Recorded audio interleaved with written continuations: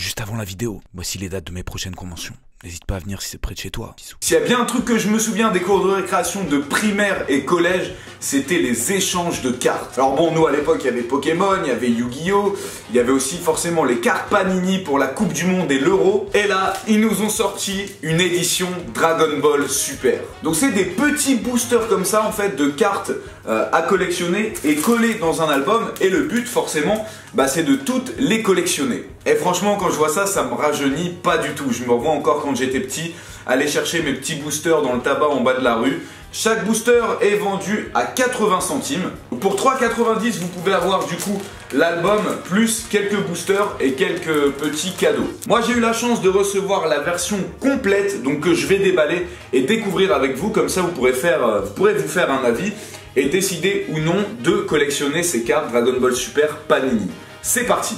Bon alors ce que je ne savais pas c'est que c'était à moi de coller toutes les cartes. Donc vous voyez les cartes sont représentées comme ceci.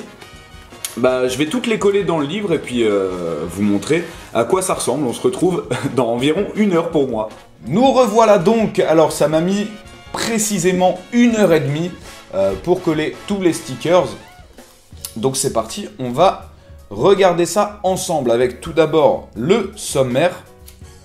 Et une première... bon alors je l'ai très mal collé. J'étais assez pressé, je voulais faire assez vite. Donc là on a un petit ensemble de 4 cartes. On a les résumés donc du coup des 2 films. Mais dans ce livre vous allez voir il y a écrit Dragon Ball Super. Mais ça s'arrête aux 2 premiers arcs de l'animé. Il me semble que c'est de l'animé. Après vous pourrez rectifier. Vous me direz par rapport aux artworks si c'est ceux de l'animé ou des films. Alors, petite présentation de Goku pour commencer. Ensuite Vegeta, avec toutes les formes donc dans Battle of Gods. Il y a un truc assez drôle, c'est ils appellent ça le mode Saiyan. Alors bon, là pour l'instant, il n'y a pas de souci. Mais vous allez voir, vous pouvez lire les petits descriptifs. Hein. C'est que là, en fait, pour eux, Gotenks et Trunks ne sont pas des Saiyans. Ils sont en mode normal. Donc, t'es un Saiyan quand t'es en équipement. Bon, bien sûr, je chipote un peu, hein, mais ça m'a fait un peu rire. Je trouve l'artwork là de Gotenks en Super Saiyan pas incroyable, malheureusement. Attendez, je vais baisser un peu là. Non, ça change rien la luminosité.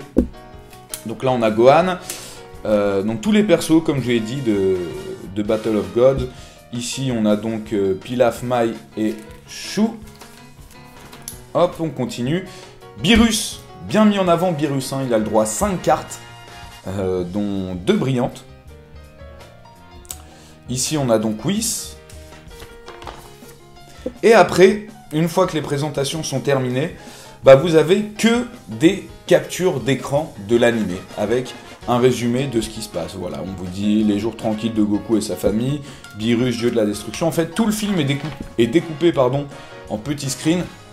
Bon, très résumé, hein, c'est pas très détaillé. Par contre, aucunement... alors, on fait mention du Super Saiyan divin, voilà, qui équivaut à la puissance de 6 Saiyans, mais il n'y a aucune image où on les voit tous rassemblés. C'est dommage. Je sais pas si dans l'animé ils l'ont fait ou pas. Et là, donc, on termine l'arc de Battle of Gods. On va tout de suite passer... Ah non, ça se termine ici. Là, c'est au milieu, on reviendra sur ça un petit peu après. Ah non, vous voyez, c'était pas fini Battle of Gods. Là, il y a un peu... Il y a la petite conclusion, donc toujours avec des screens. Et là, on passe à Résurrection de Freezer. Donc pareil, Goku, Vegeta. Cette fois-ci, Vegeta a un peu plus de transformation. On repasse aux habitants de la Terre. Alors, vous l'avez pas déjà vu quelque part celui-là? Ils ont juste changé la couleur, vous voyez? Ils ont changé la couleur et ils ont fait un zoom. Donc tu me diras, Tenchin Han, c'est pas un perso irremplaçable. On voit pas Yamcha, hein, par contre, dans ce livre. Autour de Freezer, donc forme normale, finale, Gold, 2 autres Gold, Sorbet, Tagoma, je sais plus comment il s'appelle, le mec en rouge, là... Shishimi, enfin ça ressemblait à Sashimi, bon lui il n'est pas présent non plus là-dedans. Encore une fois, résumé découpage du film. Moi je trouve ça dommage que ce soit que des captures de l'animé. On n'a pas vraiment d'artwork originaux. Vous savez, ça me fait penser au manga où c'est que des... en couleur, mais c'est que des captures de l'animé. Et là, vous avez le à suivre. Alors peut-être un autre, il y aura un autre Panini Dragon Ball Super avec les 2 prochains arcs. Par contre, cette illustration est très très cool. Et là, vous avez tout un ensemble de chibi caractères. Ça, par contre, j'ai trouvé ça plutôt pas mal. Ici, avec Freezer.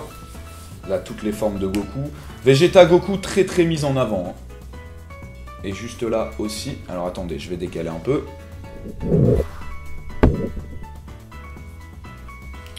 Voilà. Et pour terminer, vous avez aussi ces petits chibis. Alors, écoutez, n'hésitez pas à me dire dans les commentaires ce que vous pensez de ce Panini. Est-ce que vous avez été surpris, déçu? Si oui, non, pourquoi? Mais bon, après, ça reste un livre Panini, donc c'est des cartes juste à collectionner pour remplir le livre en entier. Voilà, j'espère que cette vidéo vous aura plu. Il y aura peut-être un concours sur Twitter, c'est pas encore sûr, vous avez un lien dans la description, il y aura peut-être des boosters et des albums à gagner. Vendredi, samedi, dimanche, je serai à la Médinasia, donc si vous habitez Bruxelles ou les alentours, venez me rencontrer. Et on se retrouve samedi pour une prochaine vidéo. Ciao!